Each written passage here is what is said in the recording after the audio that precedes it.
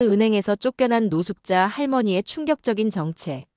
여러분, 외모만 보고 사람을 판단한다면 어떤 일이 벌어질까요?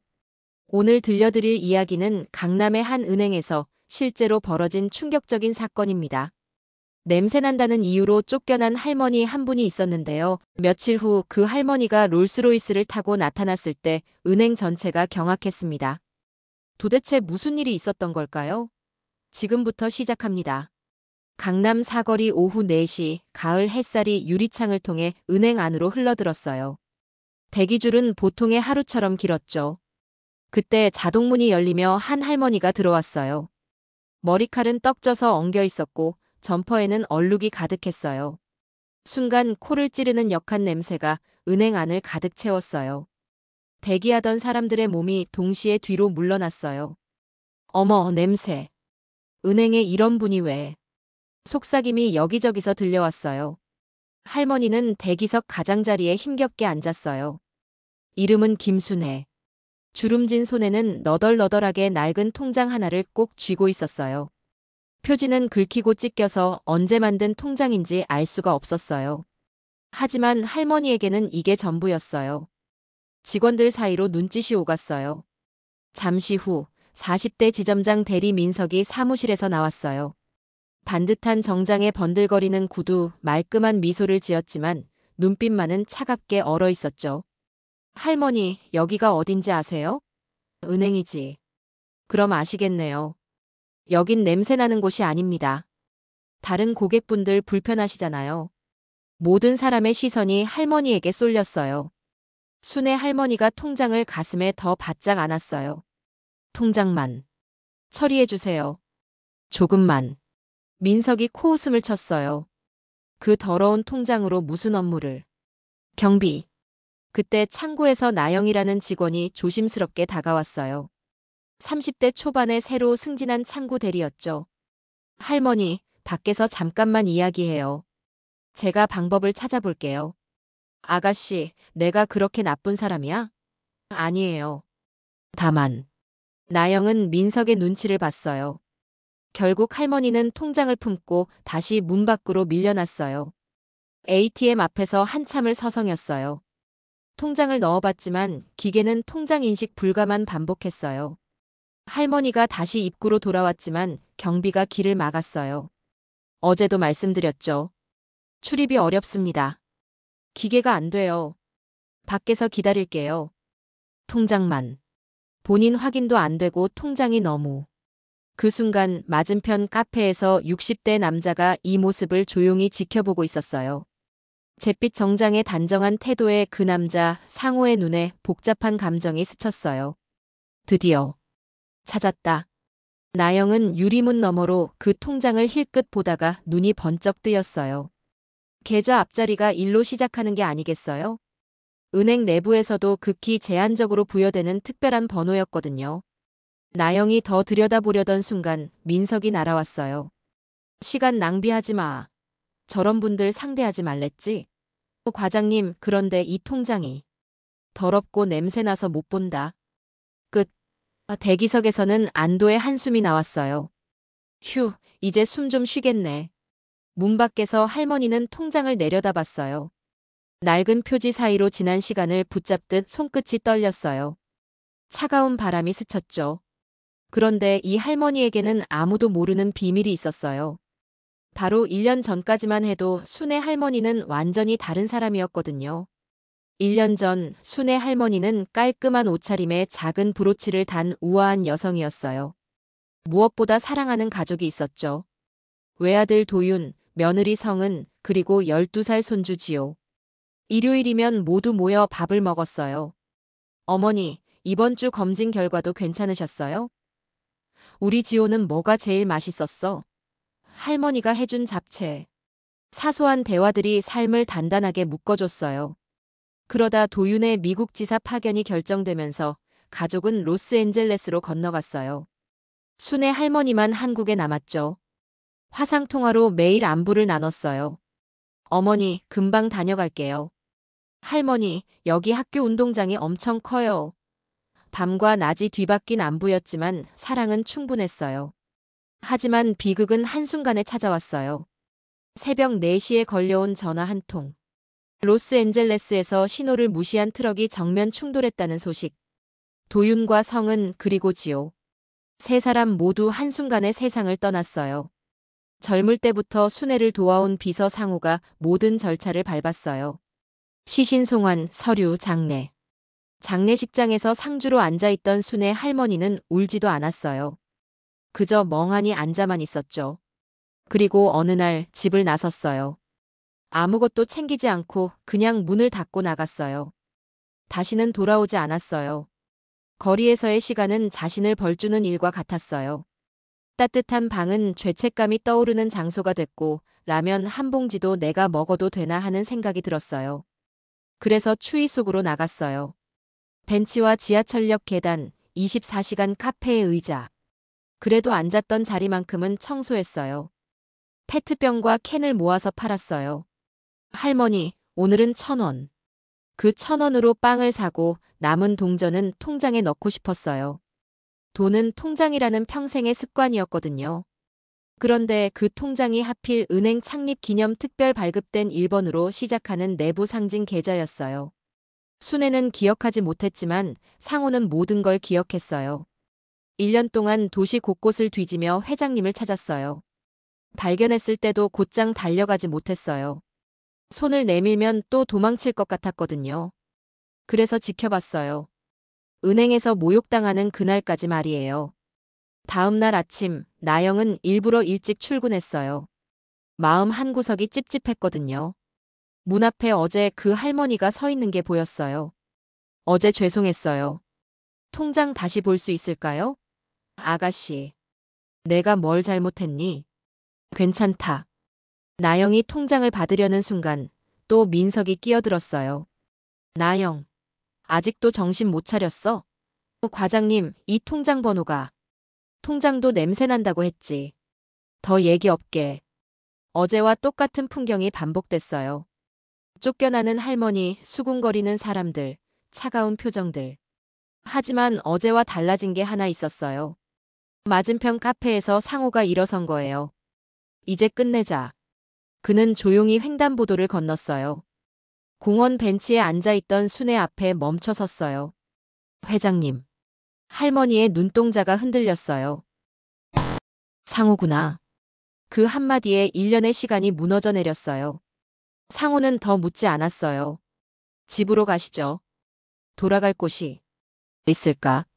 사람들이 기다립니다.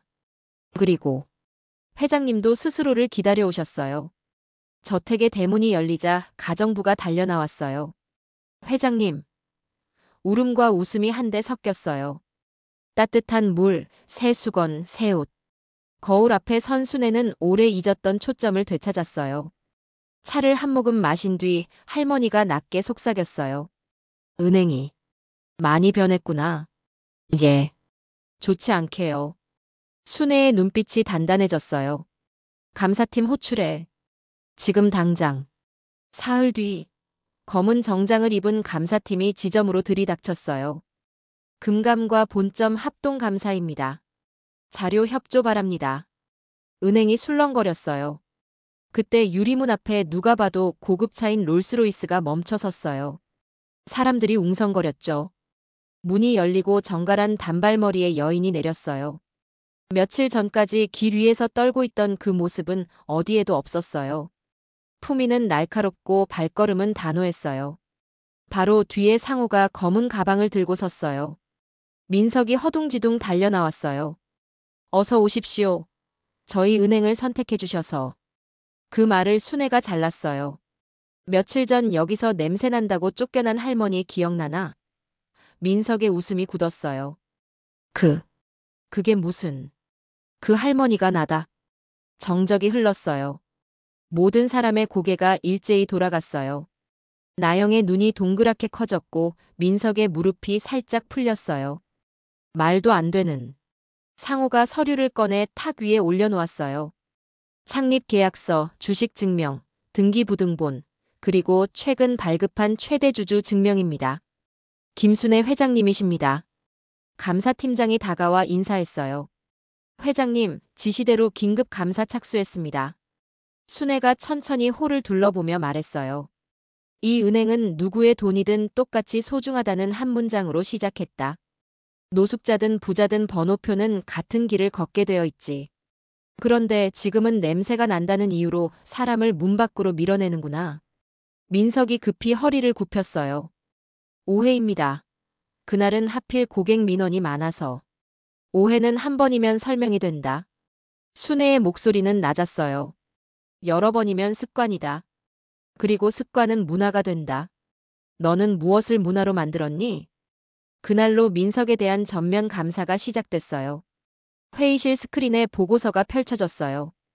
유령법인 대출 8건의 대출금을 개인 계좌로 유입시킨 것, 기업 고객과 뒷거래로 컨설팅 비용 명목의 리베이트를 받은 것, 행사비와 운영비를 사적으로 사용해 명품과 골프 회원권을 결제한 것, 직원 실적을 조작하고 인센티브를 착복한 것까지.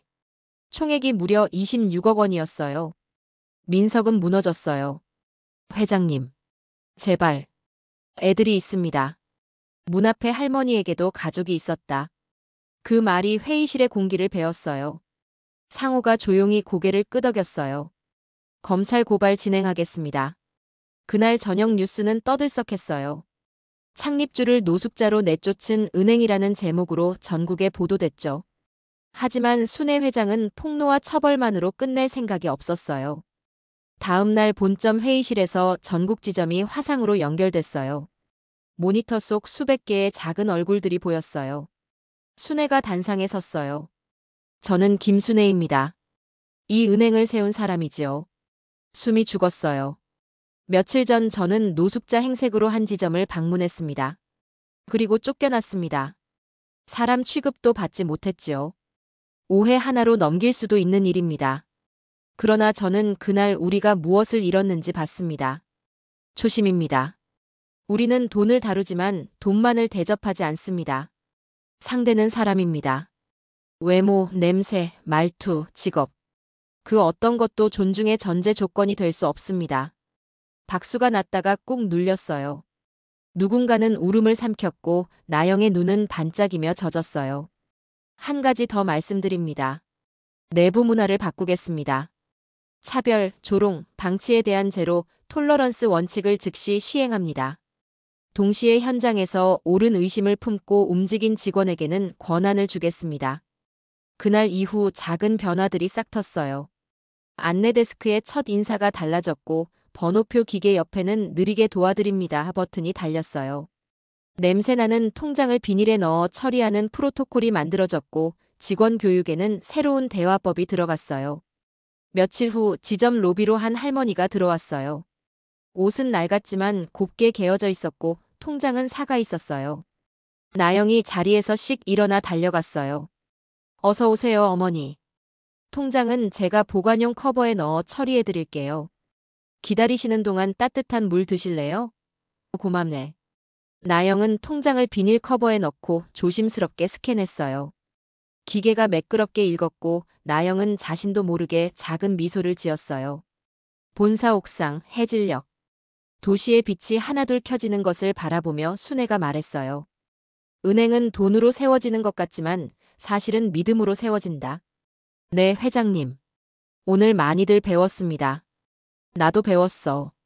가장 낮은 곳으로 내려가면 제일 잘 보이는 것들이 있더라. 그날 밤 순애는 서랍을 열어 오래전 손주 지호가 그려준 그림을 꺼냈어요. 할머니랑 은행 가는 날이라고 쓰인 색연필 그림. 그림을 쓰다듬으며 눈을 감았어요.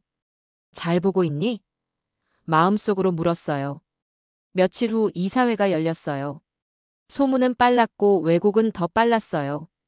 1년 동안 거리에서 지냈다는 건 정신 이상 아니냐는 말이 내부에까지 흘렀어요.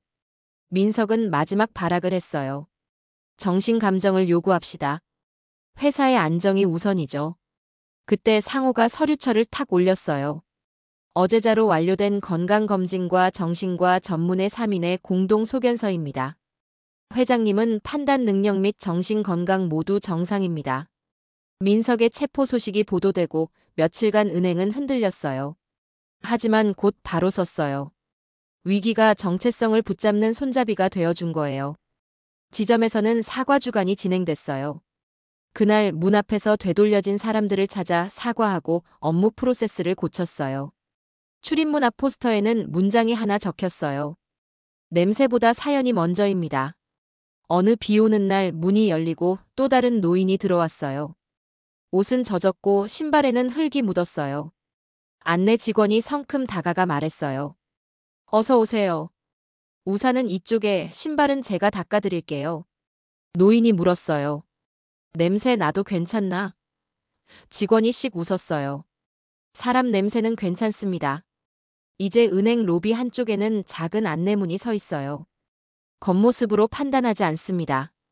당신의 사연을 먼저 듣겠습니다. 어떤 날은 그 문장을 쓰다듬고 떠나는 손이 있고 어떤 날은 그 문장 앞에서 울음이 그치는 사람이 있어요. 여러분, 어떠셨나요? 우리는 종종 외모나 첫인상만으로 사람을 판단하곤 해요. 하지만 모든 사람에게는 각자의 사연이 있고 존중받을 권리가 있어요. 순회 회장은 가장 낮은 곳으로 내려가서 진짜 중요한 것이 무엇인지 깨달았어요. 그리고 그 깨달음으로 조직 전체를 바꿨죠. 진정한 리더십이란 이런 게 아닐까요? 이 이야기가 도움이 되셨다면 좋아요와 구독 부탁드려요.